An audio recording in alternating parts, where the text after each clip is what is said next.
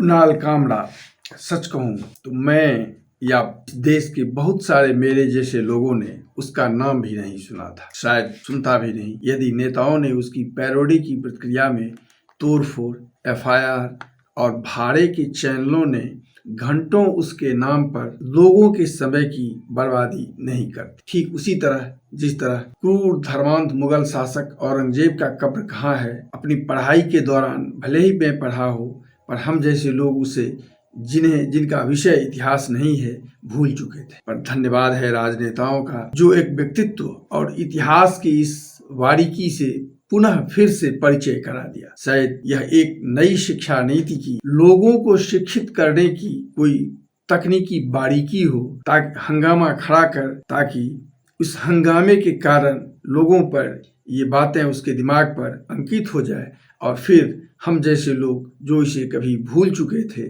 कभी न भूलें, क्योंकि वह हंगामा उन्हें भूलने नहीं देगा। वैसे भी विश्वविद्यालयों में एक आंकड़े के अनुसार आधे से अधिक शिक्षकों के पद खाली हैं। तो राजनेता ऑल इन वन होते हैं, तो इस कमी को भी वो इस नाते पूरा कर रहे हैं। वैसे कामरा ने जो तंज कसा है वह कोई नया भी नहीं, पर आपत्तिजनक तो है ही।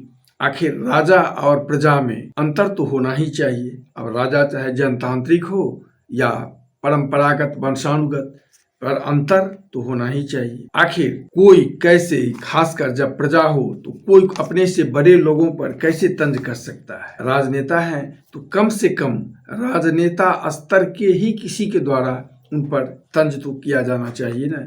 जैसे महाराष्ट्र विधानसभा चुनाव के दौरान सिंचाई घोटाला सहित तमाम घोटालों का जिक्र करते हुए प्रधानमंत्री से लेकर वर्तमान मुख्यमंत्री ने न जाने किन किन अलंकरणों से अपने विपक्ष के किन किन नेताओं को नहीं अलंकृत किया।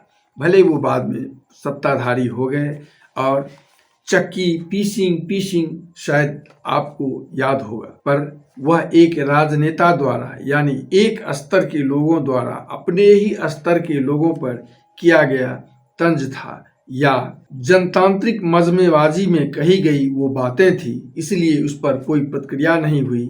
और होती भी कैसे, आखिर स्तर तो समान ही था।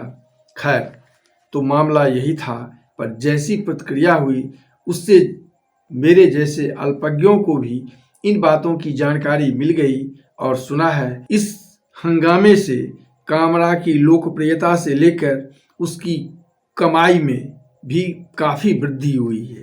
तो इस मुद्दे को सबका साथ, सबका विकास के नज़रिए से उस परिप्रेक्ष्य में भी देखा जाना चाहिए।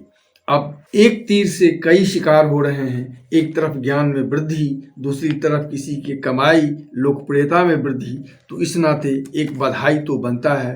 तो बधाई कल कुणाल कामरा को भी, और उन्हें इस नाम पर कमाई कराने वाले हमारे राजनेताओं को भी। धन्यवाद।